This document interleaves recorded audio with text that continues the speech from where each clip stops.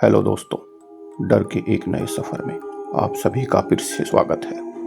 तीन दोस्त जिनका नाम रवि, अतुल और अमित था, एक साथ कॉलेज में पढ़ते थे। एक बार कॉलेज की छुट्टियां होने पर उन्होंने कहीं घूमने का प्लान बनाया, क्योंकि वो लोग घर बैठे बहुत बोर हो रहे थे। अरे रवि, तू इतनी देर से कैंपिंग के लिए जगह ढूंढ रहा है। कोई अच्छी जगह मिली या नहीं?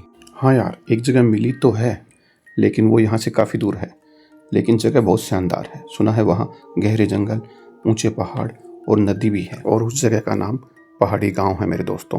पहाड़ी गांव का नाम सुनते ही वहाँ एकदम सन्नाटा छा गया, क्योंकि सबने उस गांव के बारे में अजीब अजीब तरह की बातें सुन रखी थी। अरे भाई, ऐसी जगह जाना ठीक नहीं है।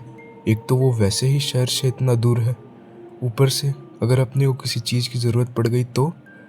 और मैंने तो उस जगह के बारे में पता नहीं कैसे कैसे किस्से सुन रखे हैं।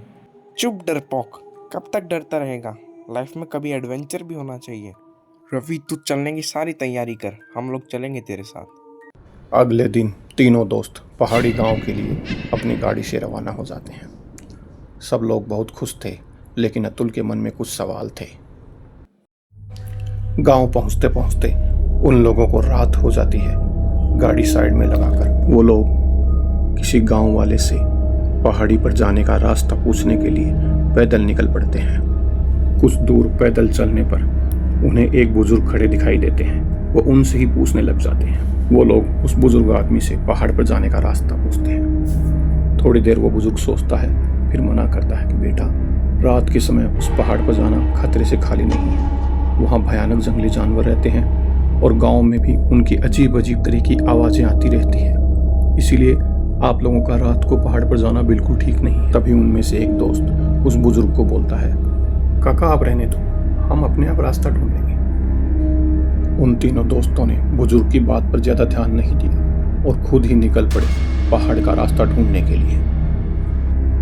कुछ देर घूमने के बाद वो लोग पहाड़ पर पहुंच जाते हैं और अपना टेंट भी वहीं लगा लेते हैं। उन्होंने जैसा इस गांव के बारे में सोचा था, यह वैसा ही निकला। बड़े बड़े पहाड़, घने जंगल और रात के सन्नाटे को चीर कर आती जंगली जानवरों की भयानक आवाजें इन सबको वैसा ही थ्रिल दे रही थी जिसके लिए ये लोग शहर से इतनी दूर आए थे। टेंट लगाने के बाद तीनों दोस्त इधर उधर की बातें करते हैं। वो तीनों बड़े खुश लग रहे थे, क्योंकि शहर की भीड़ भाड़ और घुटन भरी लाइफ से वो थोड़ा दूर आ गए थे। रात के सन्नाटे में रवि बैठा बैठा कुछ सोच रहा होता है। तभी वो अपने दोस्तों से बोलता है, यार तुम दोनों बड़े खुश नज़र आ रहे हो। चलो मैं तुम लोगों को इस गांव के बारे में एक किस्सा सुनाता हूँ, जो मैंने इंटरनेट पे इस गांव के बारे में पढ़ा था। हाँ यार, कोई कहानी सुना ना। ऐसे माहौल में कहानी सुनने का मज़ा ही कुछ और है। भाई ये कहानी है या हकीकत ये तो मैं नहीं जानता, लेकिन ये है बड़ी खौफनाक। मैंने पढ़ा था कि कुछ सालों पहले इस गांव में एक ऐसा जानवर रहता था जो दिखने में इंसानों जैसा दिखता था। सभी गांव वाले उससे बड़ा डरते थे, लेकिन किसी ने उसको साफ तरीके से देखा नहीं था।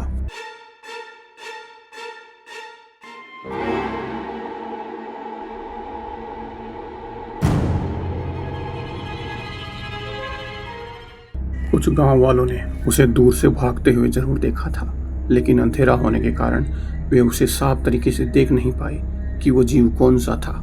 मैंने ये भी सुना है कि कुछ साल पहले अपनी ही तरह कुछ लोग इस जंगल में कैंपेन करने आए थे। उन्होंने भी उस जीव को भागते हुए देखा था। क्या ये वही जंगल है? तो साले तू हमें यहाँ लाया ही क्यों? तो फिर शुरू हो गया डरपोक कहीं के। देख नहीं रहा, रवि हमें डराने की कोशिश कर रहा है। नहीं यार, मैं तुम लोगों को डराऊंगा क्यों? मैंने जो पढ़ा और सुना वो सब आप लोगों को बता दिया। रात के सन्नाटे में तीनों दोस्त कैंपेन का मजा ले रहे थे। तभी अचानक लगता है कोई जंगली जानवर अपने पीछे से निकला है। हाँ यार, मैंने भी उसे देखा है। वैसे भी रात बहुत हो चुकी है, अब हमें अपने टेंट के अंदर चलकर आराम करना चाहिए। तीनों दोस्त खतरे को भांपकर टेंट में आराम करने के लिए चले जाते हैं। रात जैसे जैसे गहराती जा रही थी, उन लोगों को नींद भी सताने लगी थी। दूर जंगली जानवरों की आवाजें आ रही थी। यार जोर की लगी है, मुझे तो हल्का हो के आना पड़ेगा। मैं भी आता हूँ।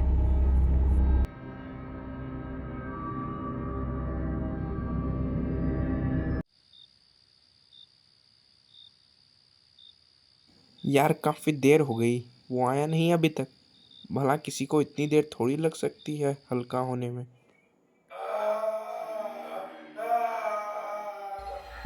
तभी उन्हें अपने दोस्त के चीखने चिल्लाने की आवाज़ें सुनाई देती है। वो लोग उसकी मदद करने जाने ही वाले थे कि तभी उनके सामने से वो भयानक जीव निकलता है।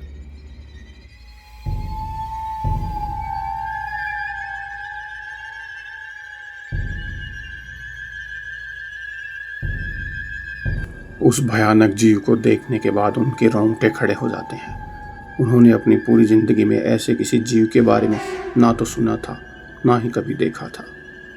वो लोग उसके डर से टेंट में ही दुबक कर बैठ गए और मौका देखकर गांव की तरफ दौड़ पड़े ताकि गांव वालों से मदद ली जा सके, क्योंकि उन लोगों के समझ में अब आ चुका था कि इस अजीब से जानवर से निपटना उनके बस की बात नहीं थी। डर के मारे भागते भागते वे लोग गांव में पहुंच जाते हैं। वहां उन्हें वही बुजुर्ग मिलते हैं जिनसे वे पहाड़ पर जाते समय मिले थे। वे उन्हें अपनी सारी आप बीती सुनाते हैं और रोने लगते हैं। पहले तो उनकी बात सुनकर बुजुर्ग को उनकी बातों पर विश्वास ही नहीं होता है।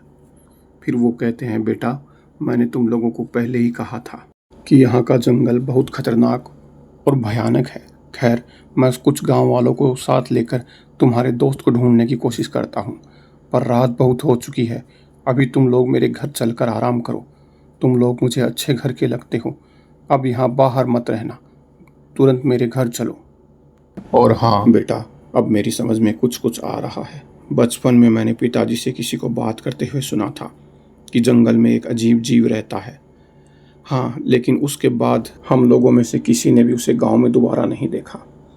पिछले कुछ दिनों से हमारे गांव के घरों से भेड़, बकरी और पालतू जानवर गायब हो रहे हैं। उन्हें कोई जीव उठा कर ले जाता है। हमने सुबह उसके पंजों के निशान भी देखे हैं, जो काफ़ी बड़े और अजीब किस्म के हैं। लगता है ये वही जानवर है। तुम लोग चिंता मत करो, कल सुबह हम पुलिस की मदद लेंगे और तुम्हारे दोस्त को ढूंढ निकालेंगे।